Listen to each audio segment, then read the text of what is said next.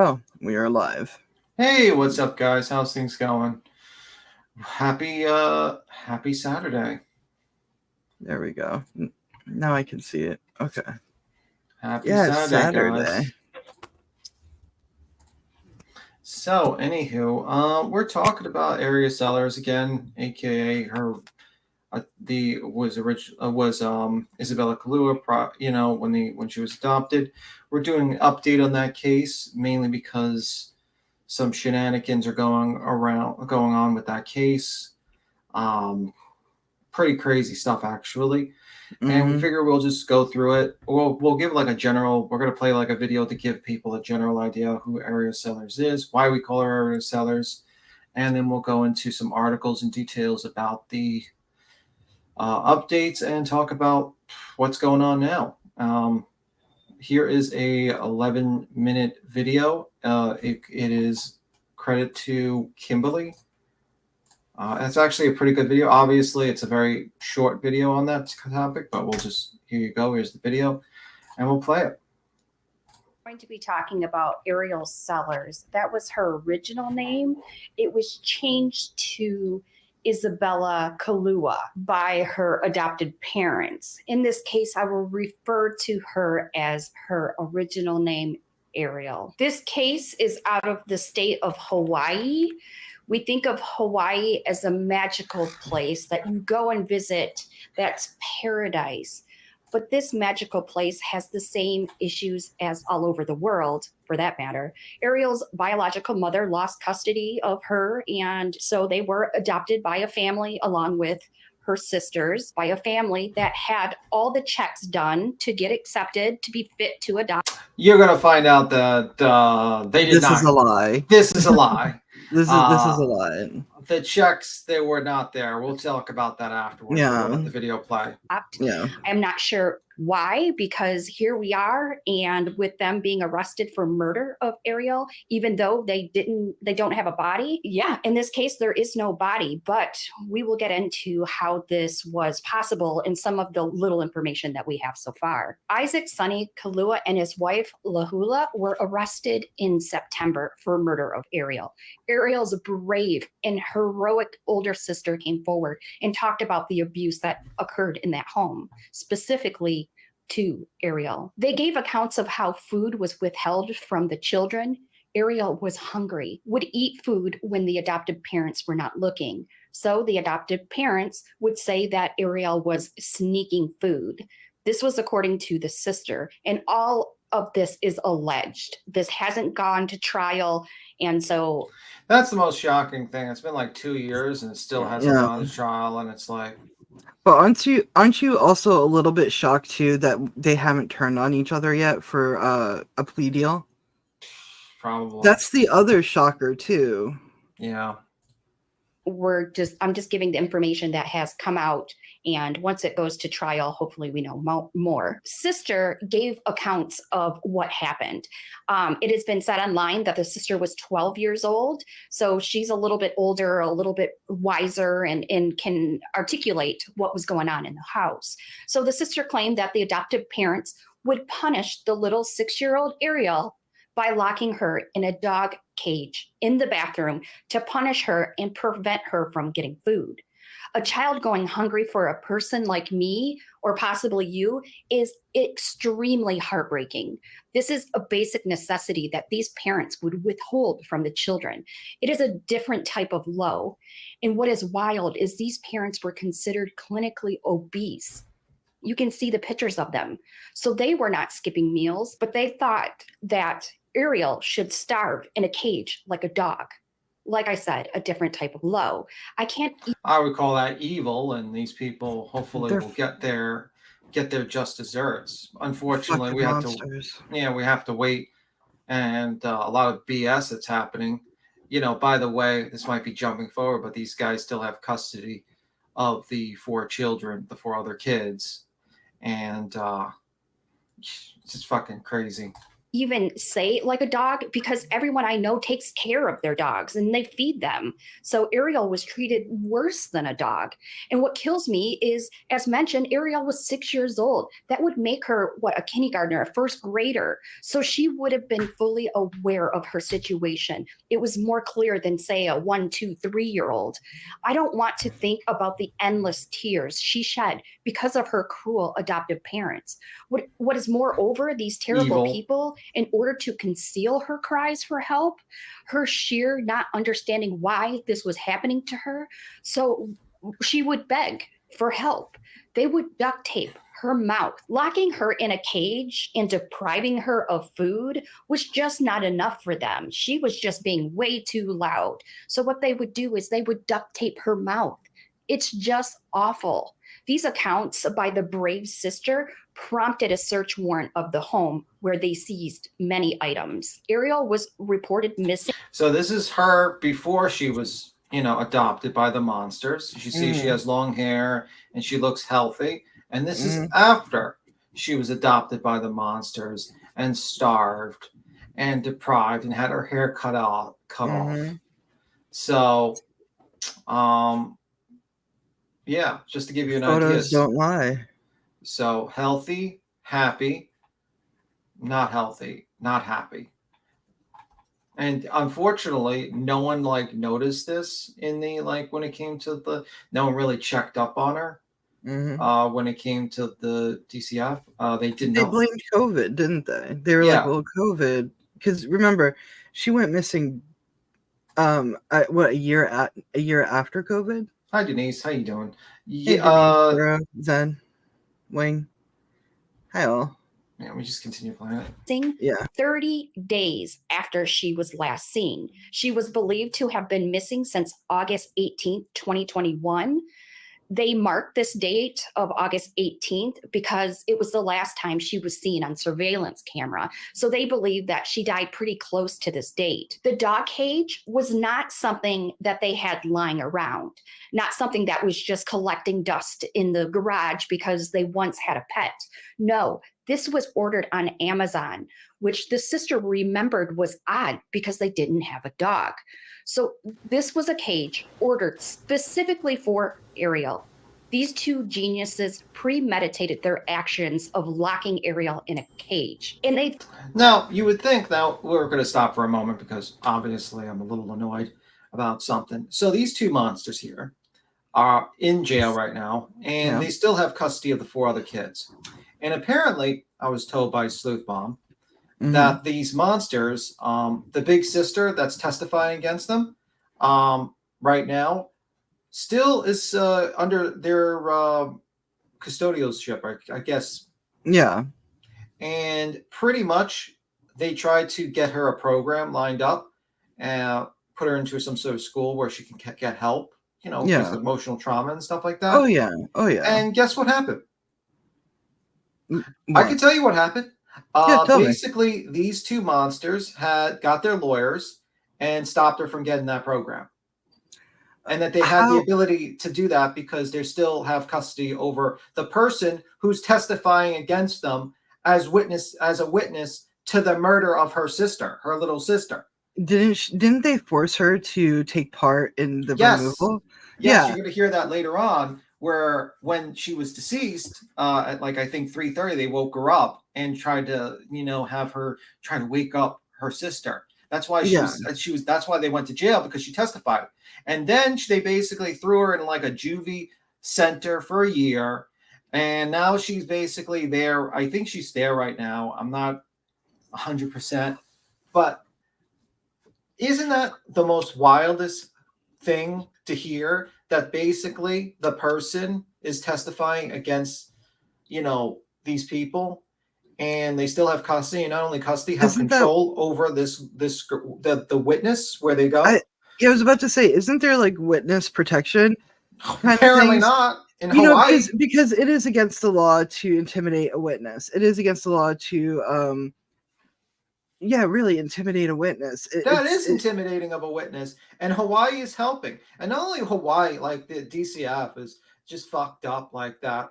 They still have not released the records, because everyone's seen the records Montgomery, but they have not released the records of Ariel Sellers, the 6-year-old. At first, they said, well, she's not considered deceased. Then when the judge ruled that she was deceased, guess what? They still don't want to release it because they're covering their asses because they're worried about getting sued, because these two geniuses had a criminal record, had a terroristic threats. Let me see what it was exactly. Let me see. I want to say one of them was like it was a violent act or something. Yeah, it was because we were shocked. Mind you, hold on, real quick, just real quick.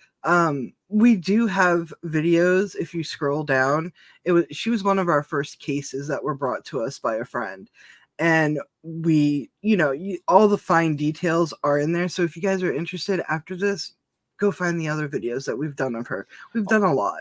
Also, Sleuth Mom has covered this extensively. Local Exactly. A bunch of people have covered it. Unfortunately, she didn't really get the media attention because this was during the Gabby Petito period. So a lot of people didn't really pay attention to this. And I'm going to go into how the state of Hawaii has not learned its lesson. It's basically tried to, there was supposed to be a legislation that was supposed to be passed, Ariel's bill. It was denied. I don't even think it went through. No, it didn't go through. That piece of shit governor or something just said, oh, I'm not going to do that. And guess what? Another child, yesterday, I heard, died the same way. Adopted parents and foster parents taped over their mouth and starved. Another kid. Why are we giving children away to people who have felonies and a record? That's my confusion. And in Hawaii. So I'm going to continue to explain this about their background, and we'll go into that. And I'll probably cover that case next week as well, that little girl, because this is just outrageous that after 2 years, nothing has been learned. Nothing has been done to stop this stuff. And another kid died the exact same way from another group of monsters, and no one did nothing. They'll sign them a check, but they'll never check on those kids. So basically, the Kaluas, they got like this licensing to be adoptive parents, whatever. So the adoptive father had a felony conviction for terroristic threatening and assault that could have disqualified him from ever becoming a state licensed foster parent, that it might have prevented his adoption of Isabella this year. This was 2021, obviously, this article was written. Isabella's adoptive mother, Lulia Kalua, was arrested in felony drug case in 2000 under her maiden name, and she submitted a statement to the court in 2001 that the judge in her case said amounted to a confession according to court records. Her case was dismissed after Miss Kalua, graduated from drug court in 2002, but that old felony drug arrest also could have disqualified for the Kalua family from being licensed to care for Isabella or other foster children. State ruling governor, the licensing of fostering families, make it clear that the child welfare system has discretion to refuse licensing fostering families when household members have any convictions that suggest there is a risk to a child. They also had debt, by the way. They had, I think, about $150,000 in debt or something, which would disqualify them from being adoptive parents. So these people had the adoptive father had a violent, what would be said, a violent history that would disqualify him from adopting this kid. And they didn't do a background check of these monsters. Okay? They did not do a proper background check. You know why they might not have done a proper background check? I'll tell you why. Because remember, like when the actual agent, the DCF, a female, I'm trying to remember her name, but she was friends with the adopted mother. She was. They were friends, so I think that this caseworker took everything face value because, that's my friend. That's my friend. You know, did she get fired? Did she get fired? I don't know. I got to check up on that lady. Yeah. And the supervisor also, guess what the supervisor was doing? He was fighting with people on Facebook about this case where he was just acting like a complete asshole, and with that woman as well. And basically, they proceeded to do this constantly. And then we found out that this guy was a failed actor, a terrible failed actor. He was in Dino, some movie. We looked it up, didn't we? Yeah, we looked up his IMDb and we laughed at him and made fun of him because he's a fool. He's an idiot. absolute fool, a clown. He does not care about his job, never cared about his job, and these people never cared about actually looking at this kid. So they never checked on this kid, never followed up on the reports of abuse of this kid, because there was abuse going on of Ariel Sellers, and they did nothing. No. So anyway, we'll continue the video. I just wanted to stop there for that and explain that. Thought about this long enough to concoct this plan by ordering it and then setting it up. And when they could hear her cry out for help, they would put duct tape over her mouth. The sister would say she would see this. Not only her mouth would they duct tape, but they put duct tape over her nose. We can conclude that this couple was not the brightest, but I believe we all know. Well, I agree that they're not the brightest, but also I agree that they're most the evilest piece of shit that I've probably. I mean, like they're right behind that Montgomery guy, Adam Montgomery. Yeah. If I had my way, we would bring back old Sparky, and I would be the one pulling the freaking lever on every single Right one. in the volcano. Right in the volcano. They know if you put duct tape over both the mouth and the nose, it deprives air to the lungs, resulting in death. So depriving her of food was not enough. Now it's her air. These parents are being charged with second-degree murder because, unfortunately, Ariel. Oh, by the way, a little history lesson. This guy really didn't take the fucking case that seriously. I remember we were commenting that he was like smiling during the press conference. He was. It was weird. I was questioning it, thinking it was like an awkward thing. Like maybe because when some people they're in an awkward, not an awkward situation, but shy or whatever, they do stuff that you're like, you're weird, but yeah, he was smiling, and I thought it was just a tick. I thought it was weird as hell that you're reporting on a missing girl, a 6-year-old, and you're like smiling, and then you report on her death, and you're still smirking. It was It was wacko. Body it was mixed has signals. Never been found, but putting tape over the mouth and nose sounds like first degree to me. I get it. The prosecution is most likely able to get justice for Ariel with a lower charge.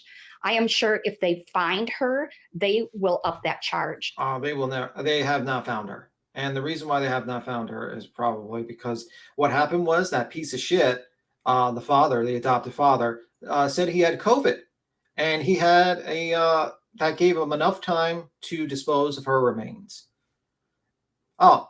But no one checked up on them because guess what? I think they requested to have homeschooled at that point, and and obviously the caseworker was besties with the adopted, the adopted mother, and probably didn't do her goddamn job, which was to check on these kids at least once a month and say, "Hey, are you guys okay? Is everything okay?" Nope, she didn't. But this is where we're at today. The sister's account of when she saw her sister last alive is just terrifying. She states that she was woken up in the middle of the night around 3. I mean, I get that, Zen. It's just that I think, like, if you're a police chief and you're reporting the death of a 6-year-old child, you control your emotional, your affect a little bit. You know what I mean? It was confusing. It was mixed signals when I watched it. Like you're a little like a private citizen, but like I've sat through situations where I've seen people, I have to be in the same room with people crying, like full on tears, crying. You don't see me chuckling. Believe me. 3:30 a.m. There is something wrong with your sister, Ariel. She walked into the bathroom and she saw the adopted mom raise Ariel's lifeless body out of the cage and put her in a cold bath. We don't know why she put her in the bath, either to stop decomp or it was just to revive her. We hear that all the time. These parents think that, oh, I damaged my kid, I'm just going to throw him in the shower and it's going to wake him up and everything's going to be better again. And unfortunately, a lot of these cases, that is not the case. The sister remembers her not waking up and was asked to pick her up and bring her into the parents' bedroom. Then, as they stand around, not calling 911, they tell the sister that she cannot say anything about this, and she has to keep this a secret, that her sister is no longer alive. Just heartbreaking. So what happened next? Well, the foster dad, around this time, took off weeks of work, claiming that he had COVID. So these parents had so much time to hide evidence and make sure that no one in the household would say anything. They cleaned and hid Ariel so far from reach that to this day she has not been found. The parents are being held in jail with no bond. They have pled not guilty, of course, so this will go to trial. So the big question for me is, why did these adoptive parents even adopt multiple children when clearly Money. You get a check. They were a check. Yeah, they got a check. I believe for it's each like child. they get $600 a kid, and they got 5 of them. Yeah. And that was the whole point. That's why you're not supposed to adopt a child when you're in debt, because it gives you a motivation that it's not really like pure-hearted to adopt children. And basically they got cut a check, but you're supposed to get some sort of supervision whereby you're not, they make sure that you're actually using that money for the kids. And apparently they weren't, because one of the kids were starved to death. they were bothered by the basic need of feeding them food and apparently breathing. This was not an accidental pregnancy that they had to deal with. This is months of approval and being cleared by a government agent to become a foster parent, to adopt. I forgot to mention the part where while people were searching for Ariel Sellers in the neighborhood, I remember. they decided to hold a barbecue, the adopted parents, to celebrate her birthday. So while they're searching, because her cockamamie story was that Ariel Sellers liked to go out and sit on a slide or just look at the stars because she grew up homeless on the streets, which is not true. Not true. Not true at all. They decided to hold a barbecue and just like have a fun party for the adopted mother's, Miss Kalua's birthday, while other people were searching for her adopted daughter. Yeah, and it was right, and they made it so they're smart enough that we can't find Ariel today. We cannot, put her to rest. But they're stupid enough to go, oh, there's a search party outside. Maybe we should not have a big ass party, or maybe we should cook for the search party. Like, there's some search parties out there where neighbors and stuff will cook for the people who are searching so they eat. But they didn't do that. This was a full-on party in their backyard, drinking beer. And because originally at the time, we thought maybe this was just like a ploy to like they buried her in that section, so they were like holding the barbecue there so they wouldn't search there originally. That was my thought originally at the time. Obviously, that's not true because they did search the backyard. They did search everywhere for this little girl, but unfortunately, they got a head start to hide the remains because no one actually cared to follow up on this little girl. Much like Montgomery.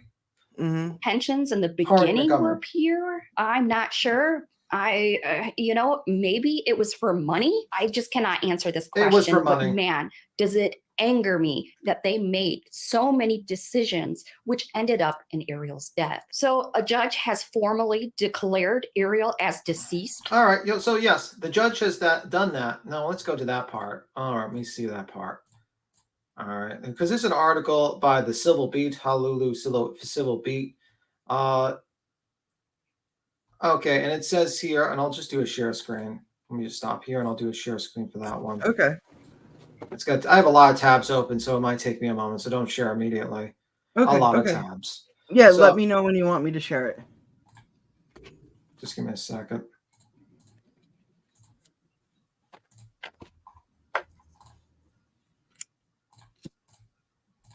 Tony's lighting up. He's like, I know what time it is. Yeah. I was like, we gotta wait for him. No, I'm just playing. Take your time. No rush. It's always a rush. Sorry. You're not going to play Jeopardy music on me, are you? Oh, no. but now I kind of want to. Just kind of want to at this point. You're like, right? We definitely need to get a soundboard. We have to be just as annoying. We're gonna get one. If you get a soundboard, I'm quitting this fucking podcast. You will not leave me. Yeah, but you can share now. I'm good. You can share. Okay, so sharing right now. From the February 21st, 2024. So first they declare her deceased, and the judge was supposed to open. They were supposed to open the file of Ariel Sellers adoption process. They still have it closed. So this says, John Hill, the state will not need to explain to a judge why it won't reveal its actions in a notorious child abuse case. So the Public First Law Center has filed motions to unseal foster adoption records showing why the state placed Ariel Sellers with parents accused of murdering her. Well, we tried doing this the easy way. Now comes the hard way. For some more than 2 years, the Department of Human Services has stonewalled in accounting for its actions in the horrific death of Ariel Sellers, the 6-year-old. Wiamano Nello girl, whose adoptive parents are accused of murdering her. I'm sorry, I'm not good at pronouncing certain words, so my apologies if I Hawaiian, so we're gonna fail there. You know what I mean? I respect the failing. Yeah, that's despite federal law and state regulations that require disclosure of at least minimal information when children die or nearly die as a result of abuse and neglect. Now DHS can explain itself to a judge. The First Law Center has filed motions to unseal the foster adoption records in the most notorious child abuse case in recent Hawaii history. Well, that's changed because there's another one just like it that happened yesterday. And wasn't there one before that too? Wasn't there one with a little boy? I don't know. Yeah, I think I heard that somewhere when I was watching one of the videos. Do you have the name? I think it was that nice woman that was talking to Sleuth Mom. Yeah, I might have been. I'm not sure if that was Hawaii, but oh, no idea. Yeah, I'm talking about Hawaii. Well, don't forget to hit the like. Thank you. Thank you, Zen. Wing. Sorry. Wing Zen. All right, so the Law Center is asking Family Court to release the case dockets in the foster and adoption proceeding. It also seeks records that would show the court's factual legal basis for placing Ariel with Isaac and Lilia and the Kaluas, who named the girl Isabella. That would include the input judge got from DHS and others. Lastly, the Law Center wants to get any reports filed by any special master in the case. The special master, Steve Lane, was appointed by the court to ascertain whether Ariel's estate or her surviving siblings have grounds for file a civil lawsuit. The motion, one of the foster records and one for the adoptive, make a compelling case that the privacy interests that protect most child welfare records are mute here because Ariel tragically is dead, and the public has a compelling interest in getting answers. What remains hidden from public view are the connecting facts that explain how this happened. How did a state-sponsored adoption place a young girl in custody of a couple that murdered her, according to the motion? Quote, only a critical examination of what happened can our community ensure that no other child meets Isabella's fate and start to restore the public trust in adoption process that from all appearances went horribly wrong.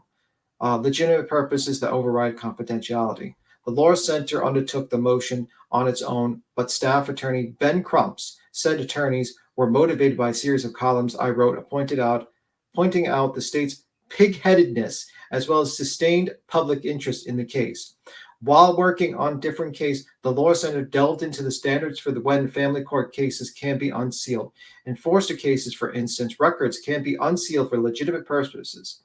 In 1999, Hawaii Supreme Court held that that's include furthering the best interest of children who come within the jurisdiction of family court, i.e. purposes that will safeguard, treat, provide services, and plans for children in need of protection.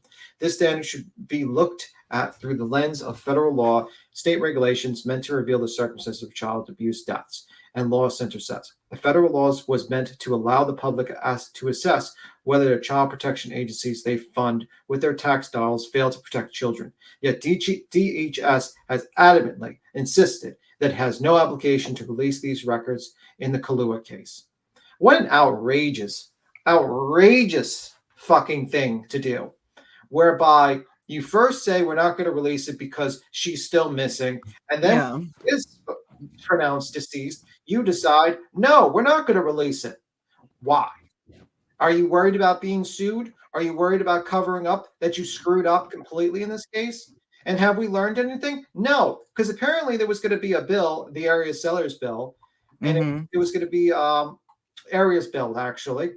When it was supposed to it was going to be House Bill 2424, and it was supposed to raise the money, like basically, which would allow social workers to continue monitoring adoptive families after adoption if there was any complaints against them. According to the Department of Human Services, there are about 3,000 foster adoptive children statewide, and complaints are filed against 10% of families caring for them.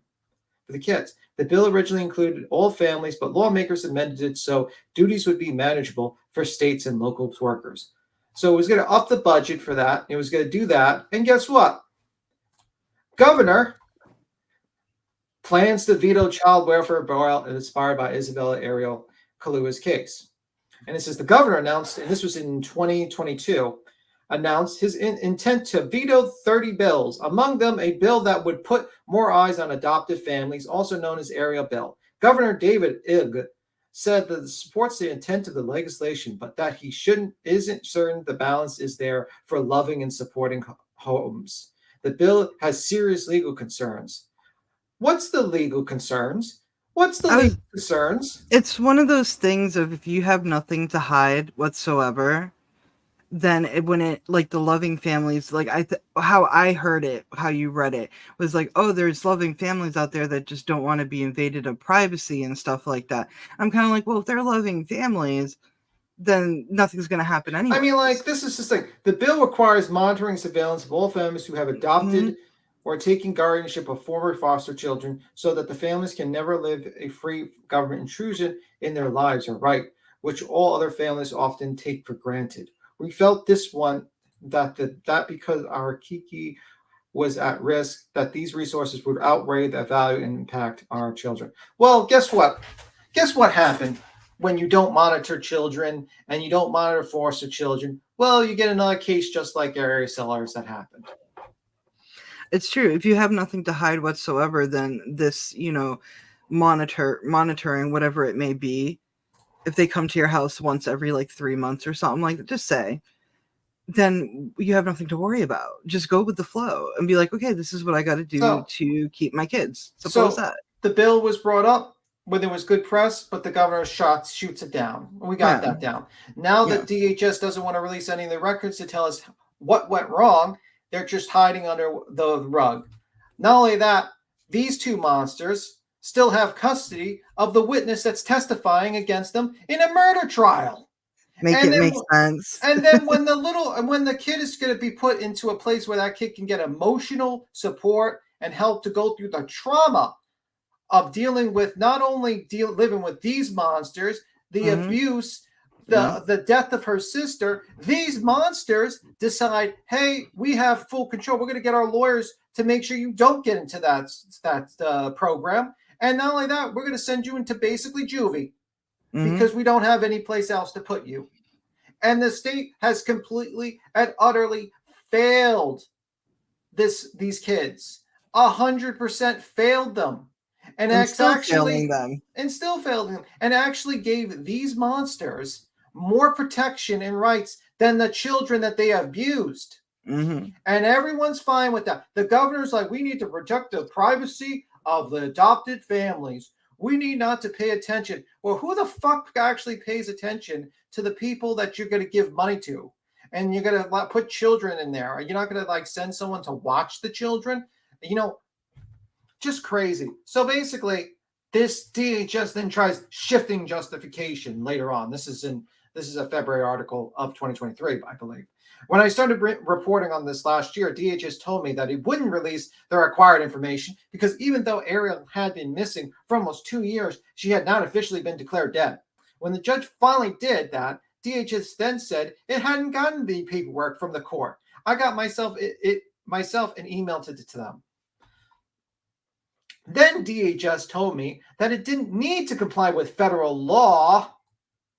See that federal law because the court had not officially declared that her death resulted from abuse or neglect. Well, motherfucker, these guys are in custody for the murder of a little girl where they starved her and they put her in a dog cage and they abused her while they were their adopted parents. I think that is just, if you want the copy of the charging documents, I can probably ship it to you guys. I could probably FedEx to you. I could probably email. Right, Tony? Can you email it to them maybe? Maybe they just haven't been able the ability to read. You would think that they would fix it. I have nothing nice to say. Yeah, absolutely outrageous. So, multiple witness doctors, teachers, and others reported that Ariel was being abused by her adopted parents. is Isaac and Kahlua, like the Kahluas. According to a civil lawsuit, yes, they're being sued as well. That's why they're not showing the records. They're being looked into being civilly sued. The fucking DC by this agency and also the state of Hawaii. According to a civil lawsuit, one of the sisters told police that they kept her dog in a dog cage in the bathroom, nose and mouth covered with duct tape, to prevent her from seeking food at night. And the court found that Arias died about a month before the Kahluas reported it. But that suspicious behavior was not enough for the child welfare bureaucrats. So what's left when a public agency refuses to comply with clear language of the law? Federal law, I'm going to add, the courtroom. Mm-hmm. Something clearly went wrong here, Krebs said. The public interest is understandably why and how that can be fixed. The motion raised the question of whose privacy is being protected by DHS. Continued refusal to release records. The basic facts of the foster placement adoptions have long been reported as to have allegations of criminal charges against the Kahluas. The surviving siblings do retain a privacy interest, but the motion stressed that they are not seeking personal information about the siblings, the names of the people who were required by law and did report their suspicious of Ariel's abuse are other witnesses. But this can all be handled quite easily by redacting any of that sensitive information. Steve Lane, the special master of Kahlua's case, has long pressed the greater transparency in family court. I'm delighted and thrilled by Law Center's motion, Lane. So that happened there, and you would think, well, failures of bills that are because some piece of shit governor thinks that's, we don't want to actually keep an eye on adoptive families, at least come to them once a month to make sure the kids are alive. Failures of the system, all failures all around, right? You think that's bad enough? I feel like they don't want to actually do their job. Because if you think about it this way, say if the bill passed, then CPS workers are going to have to work more, which is more money that's dished out. And I think they just don't want to pay for it. And it is a money thing. And this whole money thing is killing children. And nobody wants to do anything about it. Well, we'd want to do something about it, but the suits don't want to do anything about it. Yeah. So you would think after all this, 2 years, there would be lessons to be learned. There would be people that would sit down and say, hey, maybe we should check on adoptive families. Maybe we should take reports of abuse more seriously. Maybe we can change things. Well, the answer is no. Because yesterday, another child died of the same thing. So I'm going to share another screen, obviously. I'm going to do that, which is... Yeah, I don't know about this one, so I'm... Yeah, you're new to this. Now. But this was covered by Loka Maimai that was covering this case, and I didn't read all the complete charging documents. Jesus Christ. 3 charged with the murder after authorities include 10-year-old died from starvation and neglect. Adopted family. This guy looks like someone I would definitely love to have adopted. He looks like a cholo. Okay, holy fuck. So the kid was Gianna Bradley, and this is the article says. 3 people were charged with the murder Friday on the horrifying child abuse and neglect case of a 10-year-old girl found dead in her home last month. The Honolulu medical examiner determined that the girl died from starvation, neglect, and pneumonia. Pneumonia, yeah. It's horrifying that this would happen to a 10-year-old or any child. Honolulu Police Chief Joe Logan said in a news conference, "This is not what we want our communities to raise children as." We'll do something about it. Well, do something about it. Maybe you should talk to your governor who vetoed the bill that would actually have maybe checked on this stuff. Maybe you should have talked to DCF, stop fucking fighting that opening of the case, of the file. Maybe you guys need to learn something. You know what I mean? Let's continue. It's a horrifying. Okay. Gianna Bradley was pronounced dead at her home on Karsten Drive in Waiawa on January 18th. I think it's Waiawa. HPD said that the call was for a co-response with emergency medical services at the Honolulu Fire Department, with authorities reporting defibrillators was needed for the girl. She was cold to the touch and had visible injuries, and she also emaciated, police said. On Friday morning, police arrested parents Brandy and Thomas Blass and grandmother Deborah Jaron. The prosecutors confirmed they had been charged Friday afternoon. Police said that the blasts were not Gianna's. I don't know why they misspelled that one. Gianna's seems biological parents, but her legal guardians, and added she had been in the home since she was 2. In addition to court of the second-degree murder, they faced charges of kidnapping and unlawful imprisonment. They were also charged in connection with the alleged abuse of a 4-year-old adopted boy in the home. The boy and the 4 other children are now in state custody. During the news 4 conference other Friday, children. Mhm. 6 kids. 6 kids got tortured in that house. Yeah. HPD Dina, I'm not going to pronounce, said Gianna was kept on a porch and denied food. She said that while the 4-year-old showed signs of abuse, failure to thrive, which means starved, indicating malnutrition, the biological children in the home did not appear to be abused. Thiamius also said that Blast's cell phone had a recording of violent interactions with the girl. Quote, these include disturbing images of a child who appears to be Gianna enclosed in a small area and bound with duct tape. Theomis told reporters. The child's arms are taped to her torso, and there is duct tape wrapped around her eyes and forehead over the top of her head. The couple told police her injuries were from falling off a bike that they didn't seek care because she didn't complain about them. It's always the bike, the trampoline, the bike. Like honestly, I would wish that people would actually like investigate these claims instead of just like saying, "Hey, well, it's just kids being kids on a bike," the usual stuff. Yeah. Unfortunately, there are cases we don't hear about every day. Some news stories don't get that extra push. Yeah, unfortunately, there's not a lot of news stories that get that extra push. But this is so eerily similar. It's just crazy. It's failure of people they're allowed to adopt, and they don't do enough background checks on married couples. They don't do enough background checks. And I also say, I would say that it's very crazy to me that these 2 cases are extremely similar. And they had 2 years to to do things that might have saved this child's life, and they did nothing. They did nothing. They just covered their asses. DCF covered their asses to this day, not showing what went wrong and try to get people to fix the situation. Okay, and when law was going to be passed to give more funding, the thing they complained about not having enough money, they denied it and said it would be intruding on the privacy of the adopted family. I know they are. History repeats itself. Yeah, unfortunately, Seal, it does repeat itself, and it's fucking terrible. And it's terrible to be basically 2 years later and nothing's changed. Nothing's changed, and now another kid dies the exact same way. And I mean, the only difference, you know what I mean? It's just heartbreaking at this point.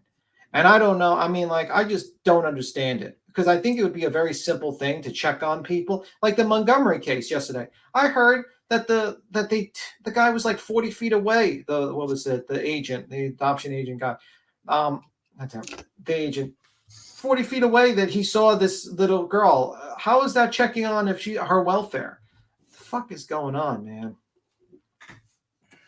The couple told police her injuries. Okay, falling off the bike. What's your thoughts? What's your thoughts, Tony, before I continue? I don't know anything about the Montgomery case. I'm ignorant when it comes to that. But all I know is that this problem, this child, this 10-year-old little girl could have been saved if Ariel's law was passed. And I don't understand why, the state isn't trying to protect these kids. Yeah. And then that's the crazy thing. They're so scared about actual transparency in this case that they're still sealing the file. By the way, Sleuth Mom is talking about the unsealing, like there's going to be like a little bit of a protest in front of the thing. See if people show up. Good. Sleuth Mom is usually, Sleuth Mom is always on top of things. So yes, please always go check out Sleuth Mom's channel. So it's basically, I'm going to share my screen and then I'll just, I'll reshare it something else because I'll show Sleuth Mom's thing quickly. Give me a second. A little slow, guys. Sorry, I got to make sure.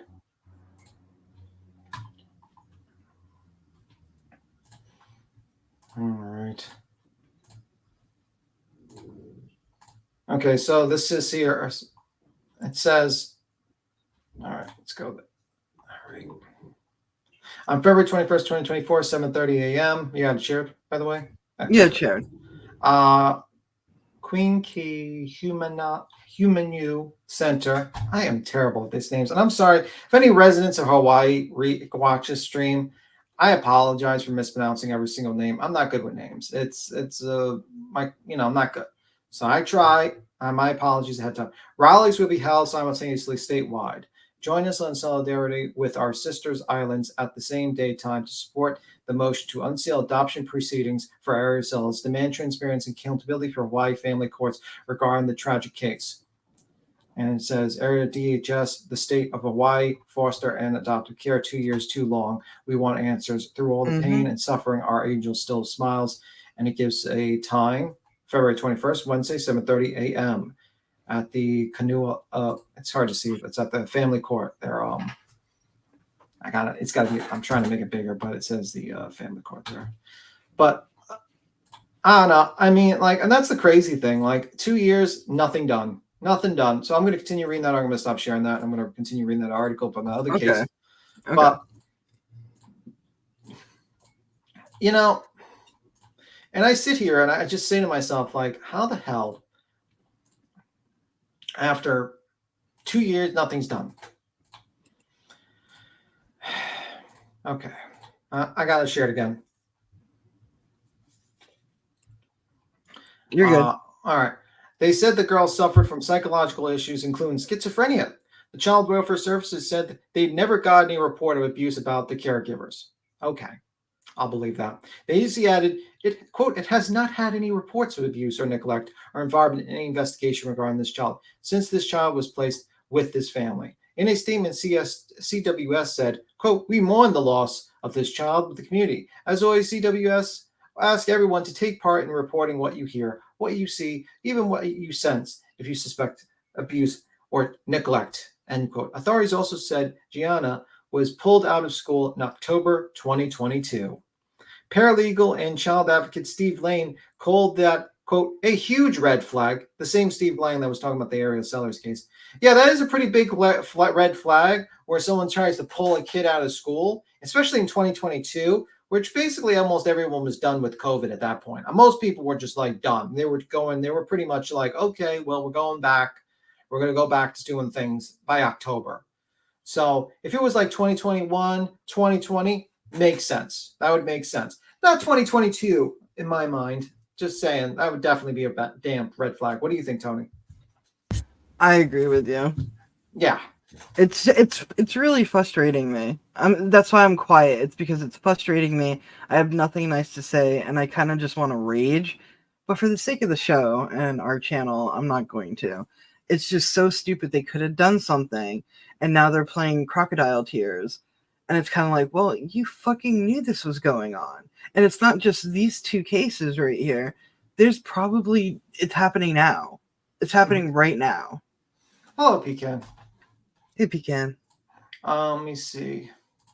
So it says, okay, so particularly when dealing with special needs children, to pull a kid like that out of public school, especially when you've got them in foster placement where people are, no educators, said.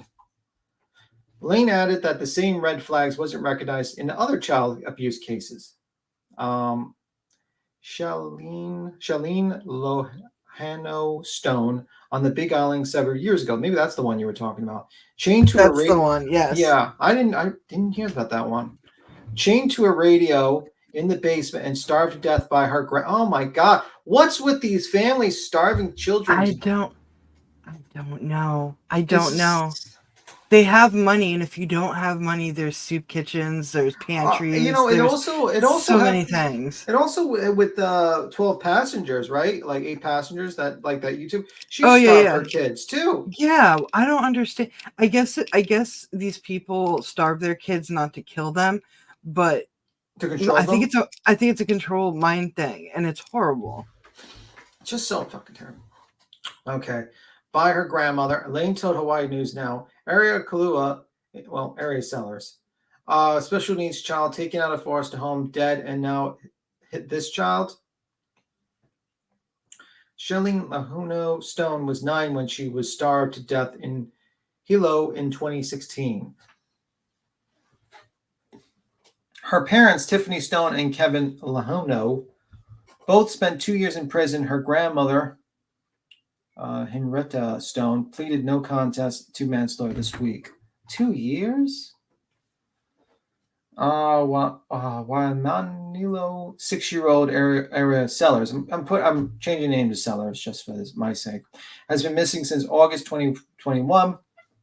Her adopted parents, Isaac and Lilia Kalua, are awaiting trial for murder. A little too long for trial, to be honest with you. While they intimidate, harass, and mess with the only witness to the case. And while you punish, by the way, the only witness to the case by sending that witness into like a juvie situation. It's really great. It's really great that the system has basically decided to punish the abused child instead of the criminals at this point. You fucking pieces of shit. Anyway. Yeah. Lane said 8 years ago, family court judge Mark Browning wrote a protocol aimed at protecting foster children. It, quote, requires mandated reporters concerned with foster children if they simply suspect harm reported to presiding judge, he said. That hasn't happened in 8 years. 8 years! While the government tries to protect children, Honolulu police chief said it often takes relatives, neighbors, and friends to step up and speak out. Well, excuse me, sir, but most likely the relatives and friends of the abuser are not going to most likely step up and say anything. Yeah, and a lot of abuse like this takes place behind closed doors, and relatives are not going to take notice.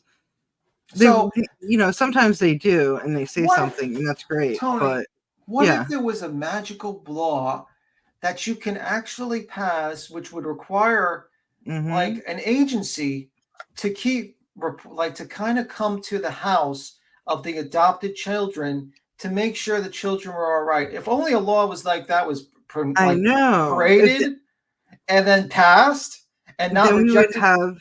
Then we would save up. Hey, Grandma. Then we would save up on little baby coffins. I mean, yes, that law needs to be passed. That would be a good thing. Oh wait, people actually doing their job. Oh wait, it wasn't passed because the governor said it was an intrusion of their privacy. Well, motherfucker, if they're getting a paycheck for watching the children, well, maybe you should make sure they're watching the children. It's just like, a manager at a store. The manager is there to make sure the people, the stock boy and the cashier is not stealing and are doing their job. So the same thing. You are working for the state to watch over these children. So there should be some sort of like supervision to make sure you are watching over the children and not starving them or abusing them and waiting until someone else does your job. Okay, yeah, it's kind of like work. If you think about it, you become a foster parent, you get a job, and that's being a parent, a foster parent. When you're at work at, say, McDonald's, you got to check up on your employees to see if they're actually working and doing their job. Yeah, it's just outrageous. It's an outrageous situation. It's just completely outrageous. Let me see. Court judge. I love you, Grandma. Hey, it's fine. It's fine. While the government tries protecting children, Honolulu police chief said it often takes. Okay, we read that. That's why I'm asking the community for help. Logan said, if you can see or if you see any of this out there, to please call 911 at Crime Stoppers. The usual BS. The motions. We're going to go through the motions of we care and we really want to change things. But guess what? Nothing's changed. Nothing's changed. And we start tonight with new reaction on the starvation death of a child and the arrests of 3 people who were supposed to take care of her. The allegations are horrific and sadly familiar. Our Ben Gutierrez has details on the murder investigation and the similarities to other cases. Ben? The death of 10-year-old Gianna Bradley is the 3rd recent case involving child abuse and neglect. And we warn you now, the details of her suffering may be difficult to hear. This is the home on Karsten Drive, where 3 weeks ago, officers found the emaciated body of Gianna Bradley, just 10 years old. Authorities say she suffered from pneumonia, long-term abuse and neglect, and had multiple facial injuries. Police arrested her legal guardians, Brandy and Thomas Bloss, and her grandmother, Deborah Giron. They're all charged with murder. HPD says their cell phones held recordings of violent interactions. These included disturbing images of a child who appears to be Gianna, enclosed in a small area and bound with duct tape. The child's arms are taped to her torso, and there is duct tape wrapped around her eyes, forehead, and over the top of her head. Child Welfare Services took custody of the boss's 4 biological children and an adopted 4-year-old son, who police say was very thin and had arm injuries. The agency told us it did not get any reports of abuse or neglect involving Gianna Bradley in the 8 years before her death on January 18th. But in the fall of 2022, the family did withdraw the child from public school. Particularly when you're dealing with special needs children, that's a huge red flag to pull a kid like that out of public school, especially if you've got them in a foster placement with people who aren't, known educators. Child advocate Steve Lane says it's a red flag that authorities have failed to recognize before. Shaylin Lahana Stone on Hilo on the Big Island several years ago, chained to a radiator in the basement and starved to death by a grandmother. Ariel Kalua, a special needs child, taken out of a foster home, dead. And now this child. Shaylin Lahano Stone was 9 when she was starved to death in Hilo in 2016. Her parents, Tiffany Stone and Kevin Lejano, both spent 2 years in prison. Her grandmother, Henrietta Stone, pled no contest to manslaughter just this week. And in Waimanalo, 6-year-old Ariel Kalua has been missing since August 2021. Her adoptive parents, Isaac and Lehua Kalua, are awaiting trial for murder. Lane says 8 years ago, Family Court Judge Mark Browning wrote a protocol aimed at protecting foster children. And it's quite clear that it requires all mandated reporters concerned with foster children, if they simply suspect harm, to report it to the presiding judge. That hasn't happened in 8 years. Yeah, that hasn't happened in 8 years at all. And it's just No.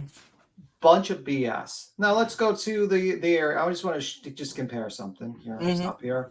I'm going to share it. This was a report about area sellers about, let me see. Let me get 1 second.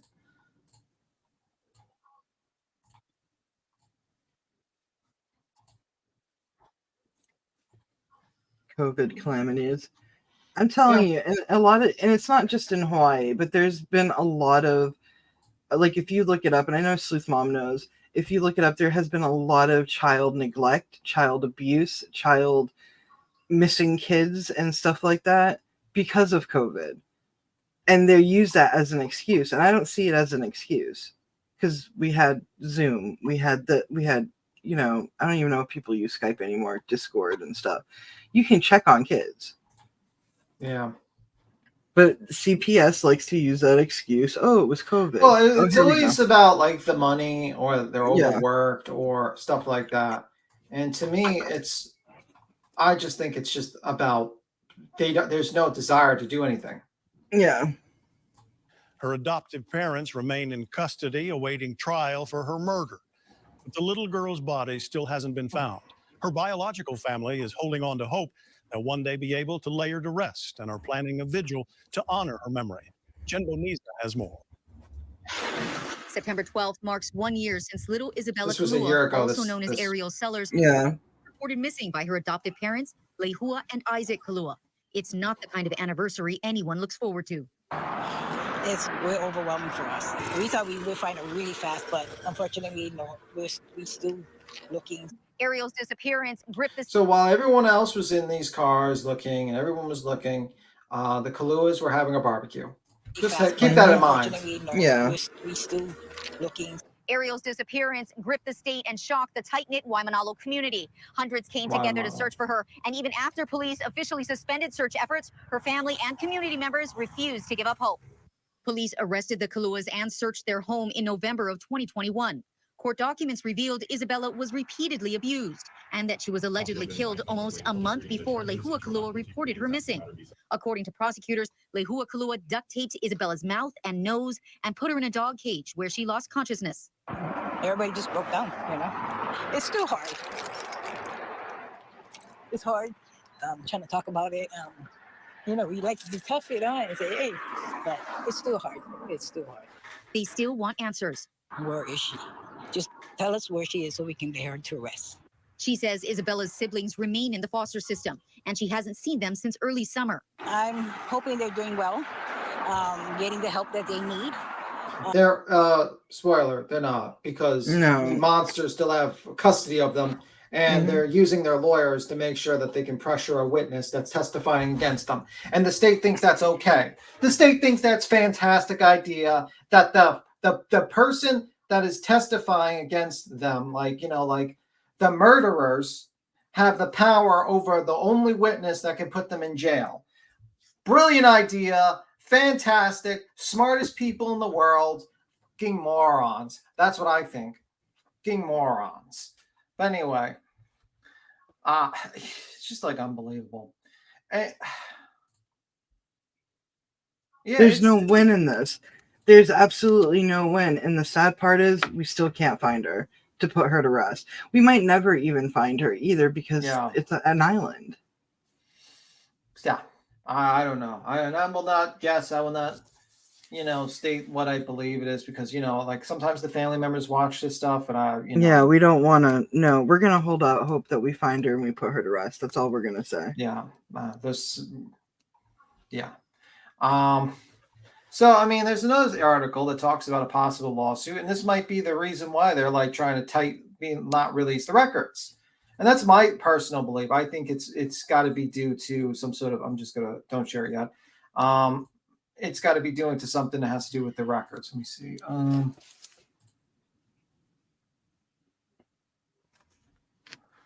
Okay, here it is. All right. So I just share it now. There you go. Okay. Probate court judge Thursday formally declared, because we already discussed that. We don't need to read that again. Okay, clues have since been charged. Okay, we read that already.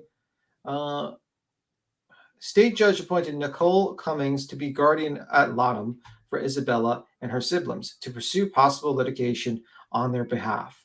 According to the statute of limitation, any civil lawsuit would have to be filed within 2 years of the last date Isabella was known to be alive, which the court determined was around August 18, 2021. That would happen until the girl was officially pronounced dead. Interesting that they still don't want to really release the file, and they're kind of stonewalling the release of the file, DCF file. You know, it's almost as if they're waiting for a certain clock to basically run out.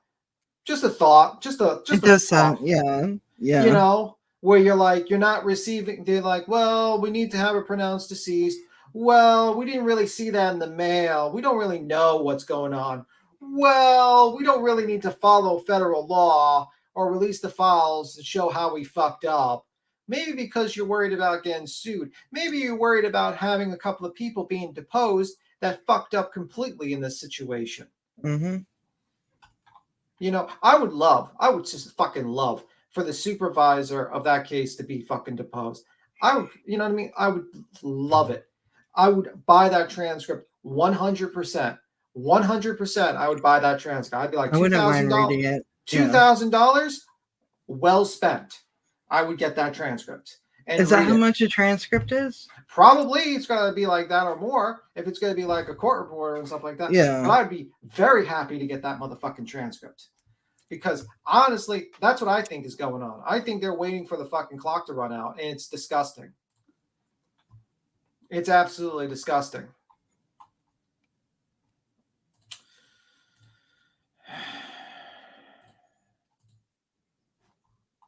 You know, I wished I had good news, to be honest with you, after 2 years. There's no good news.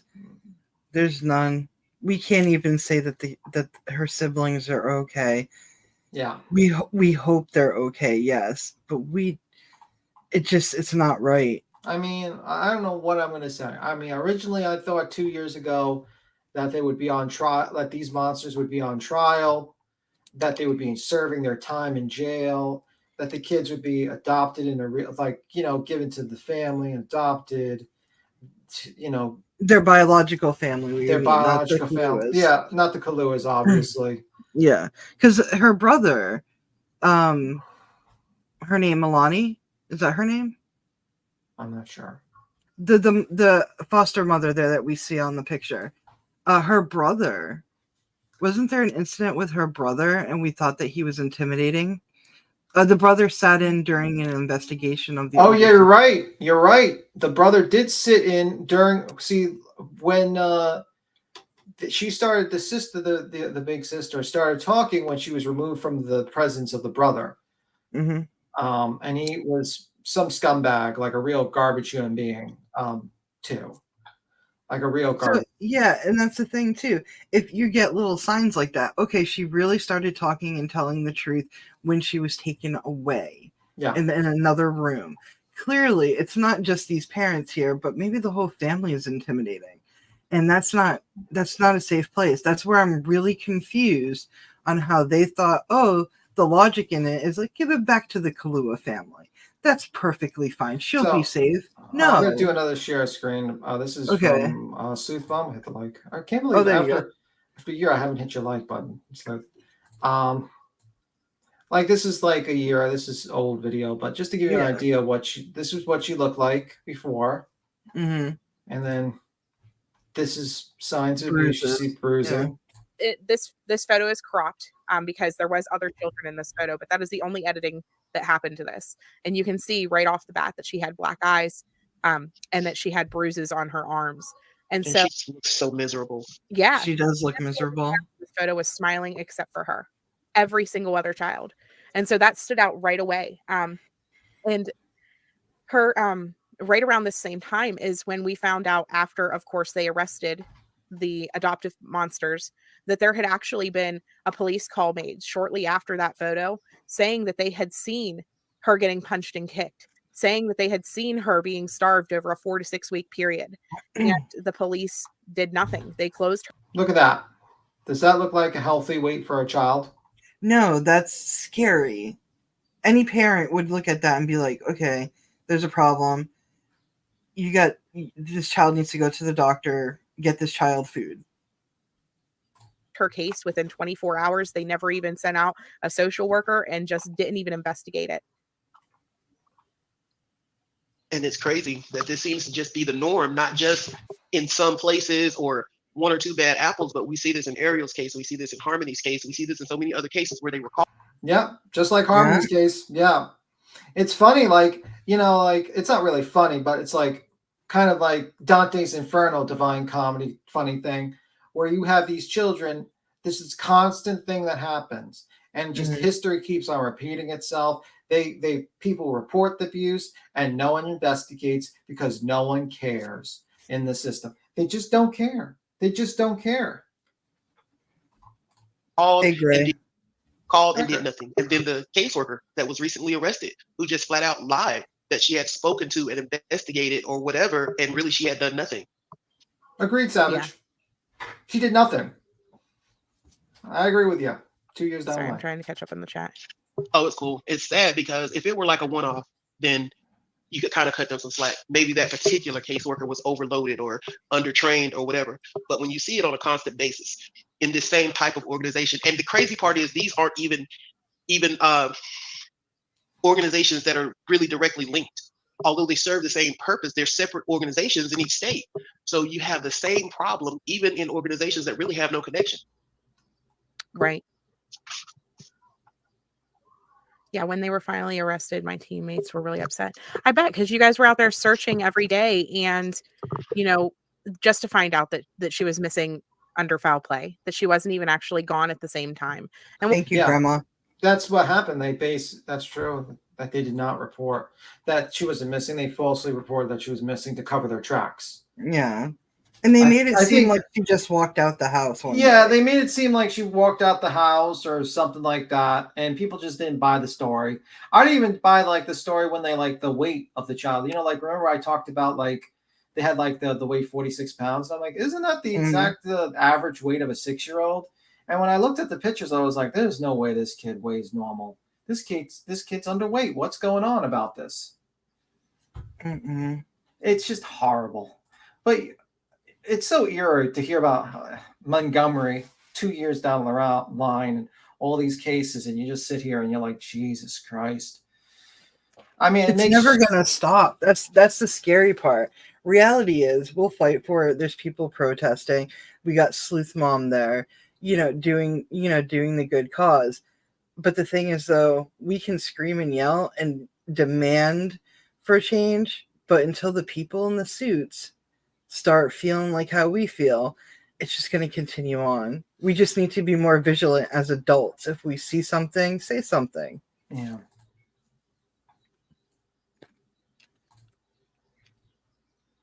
Yeah, people got to do better. And I'm not saying like we failed.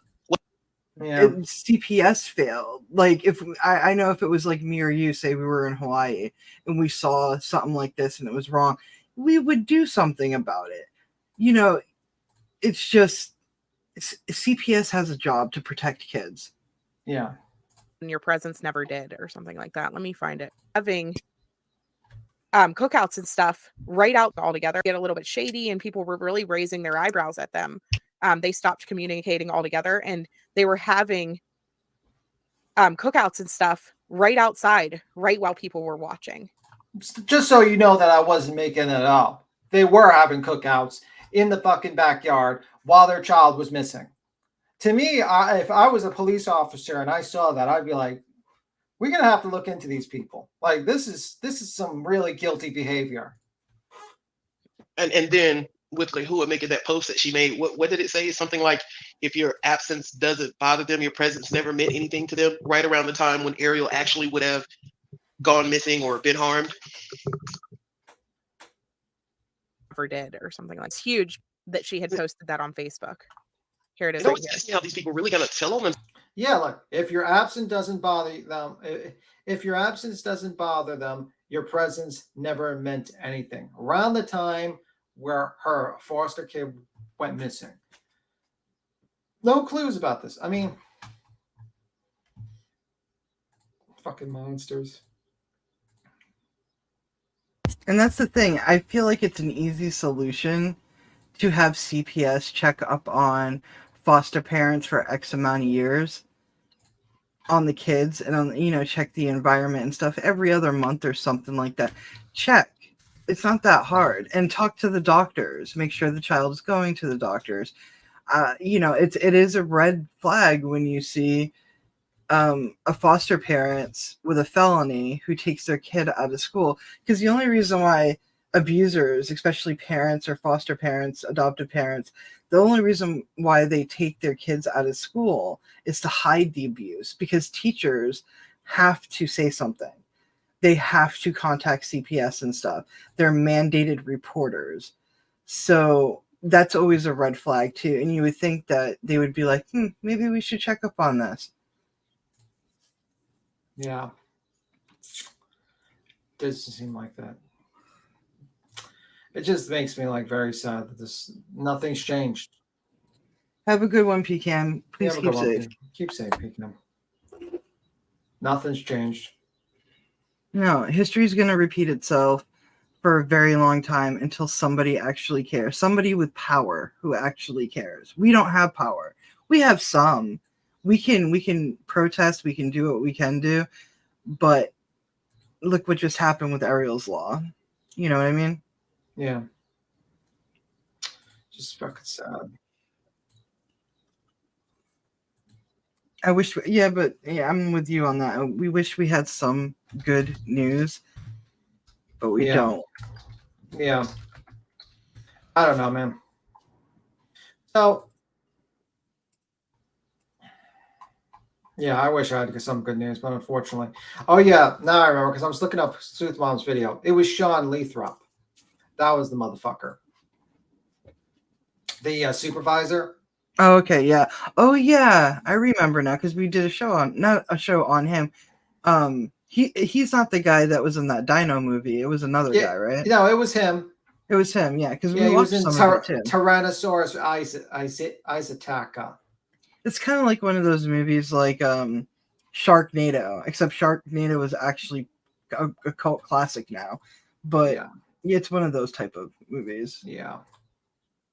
Okay, I got it. You want me to share it? Yeah, share it. Here's the question. What did the parents do or not do that resulted in her being placed in foster care in the first place? This is the supervisor to DCF.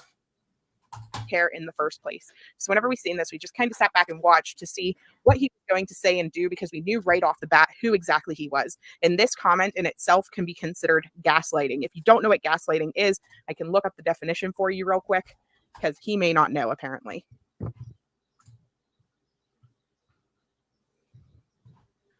So gaslighting is a form of manipulation that occurs in abusive relationships. It's something that makes someone doubt their sanity or perceptions.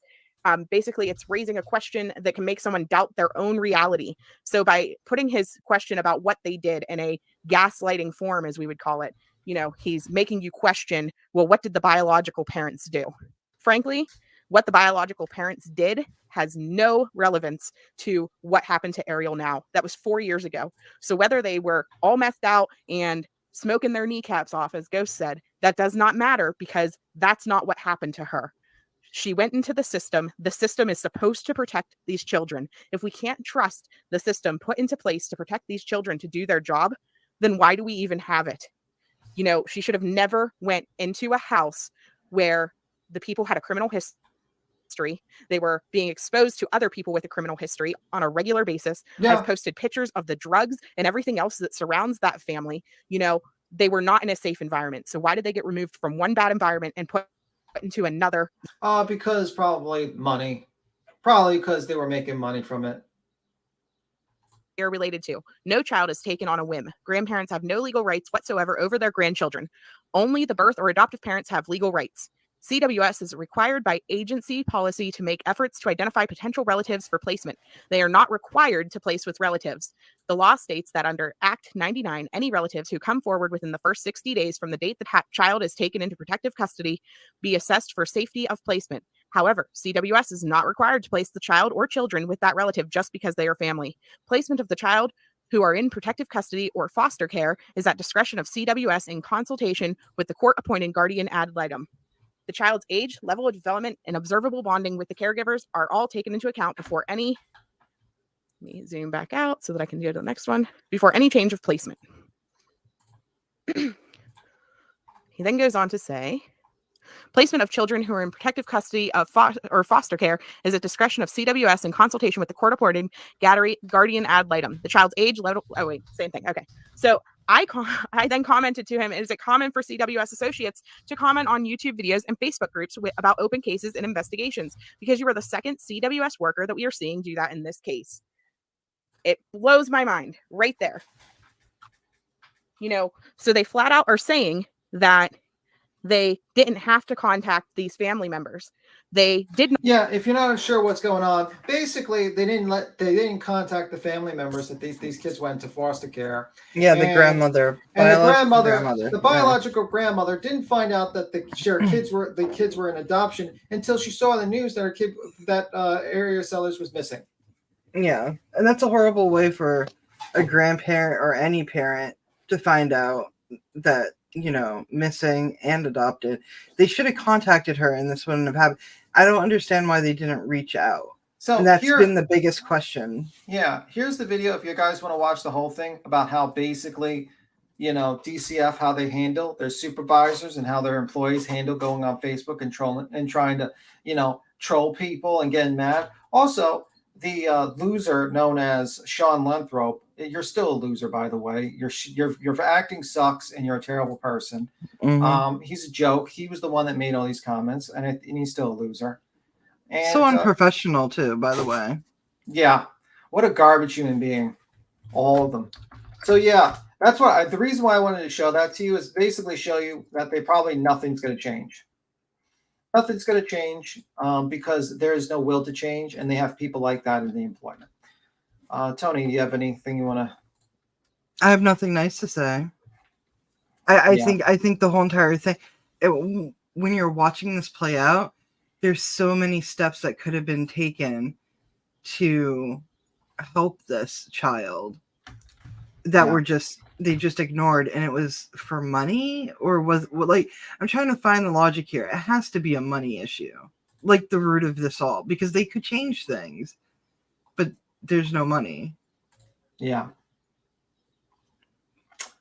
But anyway,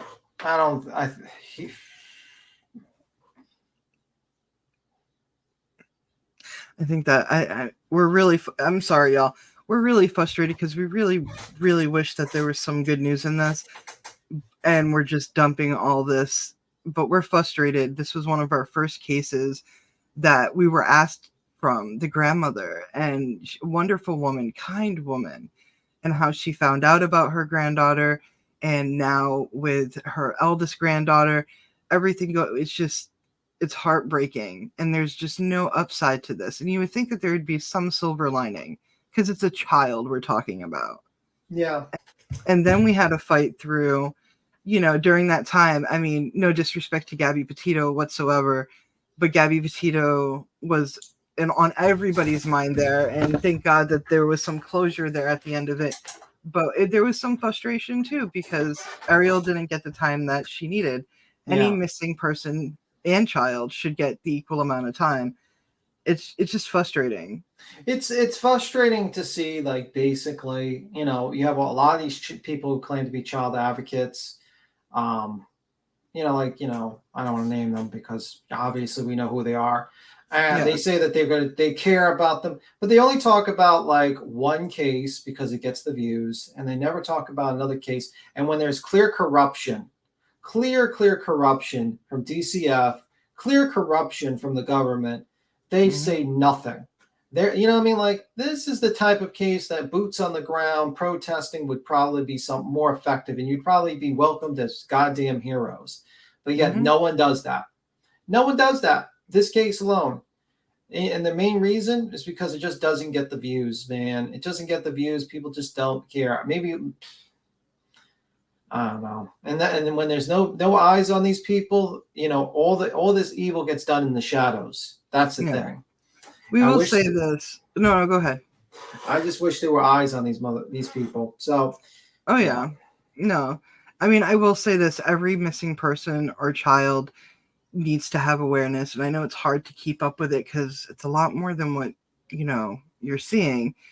It's just a little bit more devastating when it's a child. Yeah. By the way, I just saw on Locomais there's a on our page. I'll play this off before we man this off. Y'all remember, go to Sleuth Mom, sub to her, follow her. Good person, smart, getting the word out on all these missing kids. Here you go. Here, I'll play that. Tonight to honor Gianna with a candlelight vigil at Capilani Park. That's where Rona Navala spoke exclusively with Gianna's biological father, Jeremy Bradley. She joined us now live in studio with more. Rona. Mika Jai, Bradley remembers his daughter as happy, active, and full of love. He said he had supervised visitational rights with his daughter, but didn't know anything about the family she was living with. Bradley says the last time he saw Gianna was in 2016 during one of those visits at Windward Mall. And she asked me when she can come home, and I told her I was coming to get her. I was coming to get her. It's sad that my daughter had to suffer to this. A handful of Bradley's loved ones attended the vigil, including Gianna's older sister. He will always remember her as a happy child playing and running up to him when he came home from work. Gianna's father hopes justice is served and that the system gets fixed so no more children have to suffer. Rona Navales, Island News. It just keeps on going. Yeah. So, sorry it's not usually we try to have fun, but figured we follow up on this case. Hopefully more eyes hope people pay attention to the February 21st. I'll get that live streamed. We'll see what we can get that out. I wish I had good news. I wish that the evil people had justice on them and they were sent to jail and the victims were healed, but apparently we still got to wait. You guys have a good one. You guys have a good one, and please keep safe. Bye.